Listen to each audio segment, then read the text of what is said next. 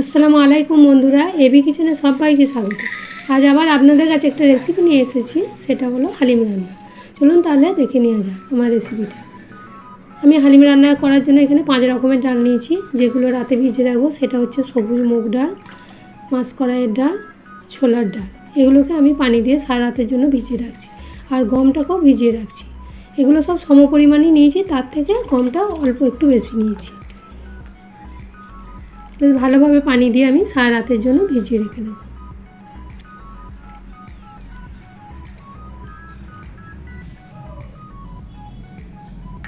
পরের দিন সকালে ফিরে এলাম, ডালগুলো সব ভালো মতোই ভিজে গেছে, গমটাও ভিজে গেছে ভালো মতো। এগুলোকে আমি ভালো করে পরিষ্কার করে ধুয়ে নেব। এই কাপের 1 কাপ আমি নিয়েছি। পরিমাণটা আমার বেশি হয়ে গেছিলো, এখানে ছোটো চামচে 2 চামচ করে নিলেই হতো। সেই জন্য আমি এই ডালটা সিদ্ধ করার পর অনেকটা পরিমাণে বেশি হয়েছে বলে আমি হাফ ডালটা ব্যবহার করেছি এখানে। ডালগুলোকে পরিষ্কার করে ধুয়ে নিয়েছি। এবারে আমি এখানে মুগ ডাল মিশাচ্ছি। মুগ ডালটাকে হালকা ভেজে নিয়েছি, ওটাও 1 চামচ দিলাম। মুসুর ডাল 1 চামচ দিলাম। আর এখানে আমি গোবিন্দভোগ চাল নিয়েছি, পোলাওয়ের চাল, সেটাও 1 চামচ দিলাম। এগুলোকে আবার বেশ ভালো করে ধুয়ে নেব। ধোয়া হয়ে গেছে, আমি এগুলোকে এবারে কুকারে সিদ্ধ করতে দেব।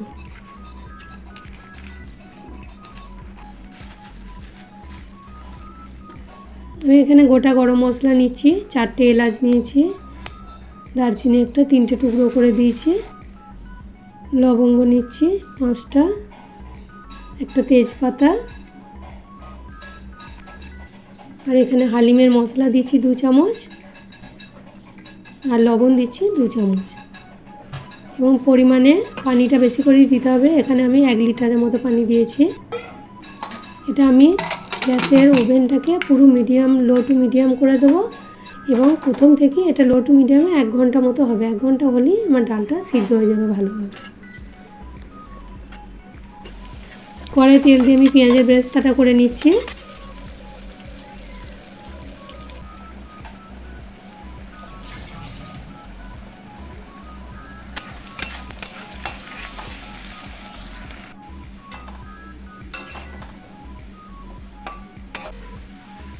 আমি এখানে সাদা তেলই বেরেস্তা করেছি, একটু বেরেস্তা তুলে রাখলাম।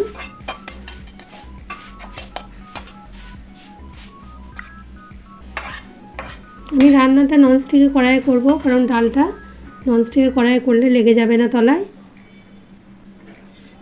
এখানে আমি গরুর মাংস নিয়েছি 350 গ্রামের মতো, কিছুটা কিমা করে নিয়েছি আর কিছুটা ছোট ছোট টুকরো করে নিয়েছি। অল্প একটু চর্বিও নিয়েছি।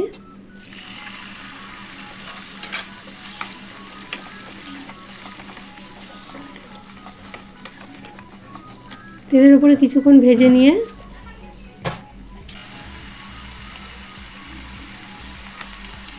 আদা রসুন বাটা দিলাম 2 চামচ। আদা রসুন বাটাটা দিয়েও বেশ ভালো করে কষে নেব। 2-3 মিনিট কষে নেওয়ার পর একে একে সব মশলাগুলো দিয়ে দেব।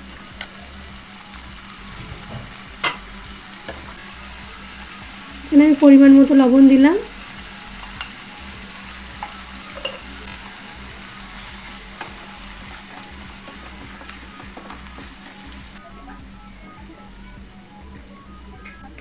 জিরে গোলমরিচ পাউডার, কাশ্মীরি লঙ্কা দিলাম রং করার জন্য, আর হালিমের মশলা দিলাম 2 চামচ। হালিমের মশলা বাজার থেকে কিনতে পাওয়া যায়, কিন্তু আমি এটা বাড়িতেই তৈরি করেছি হালিমের মশলাটা। এগুলোকে নিয়ে বেশ কিছুক্ষণ কষে নেব। এটা কড়াতেও করলে হবে, আমি এটা কুকারে দিয়ে ভালো করে সিদ্ধ করে গলা মতো করে নেব, কারণ হালিমের মাংস গলা গলা মতোই হয়।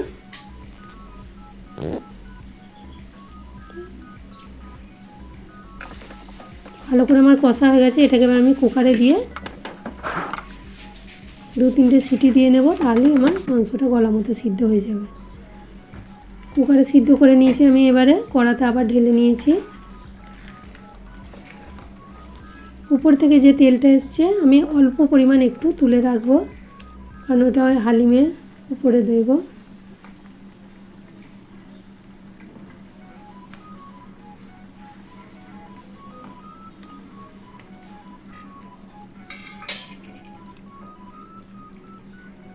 এবার আমি ডালটাকে দিচ্ছি। ডালটা আমার পরিমাণে অনেক হয়েছিল, আমি এখানে হাফ দিয়েছি।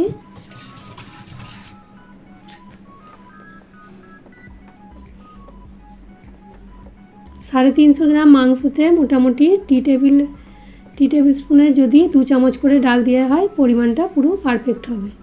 এখানে আমার ডালের পরিমাণ সবটাই ছোটো কাপের 1 কাপ দিয়েছি বলে বেশি হয়ে গেছে, ওই জন্য আমি ডালটা হাফ দিয়ে হাফ রেখে দিয়েছি।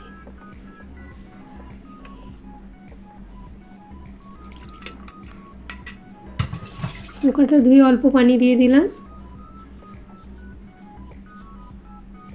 এটাকে আমি এবারে লো টু মিডিয়ামে বেশ ভালো করে নাড়াচাড়া করে 10 মিনিটের মতো লো টু মিডিয়ামে ফুটিয়ে নেব।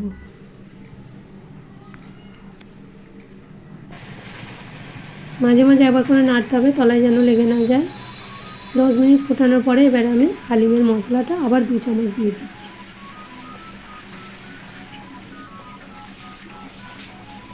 হালিমের মশলাটা দিয়ে ভালোভাবে ফুটিয়ে নিয়ে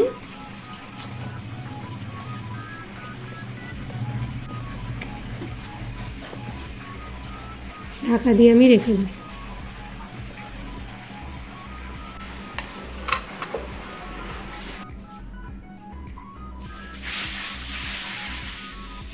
আমি এখানে ঘিটা দিতে ভুলে গিয়েছিলাম, সেই জন্য পরে আমি আবার ঘিটা দিয়েছি।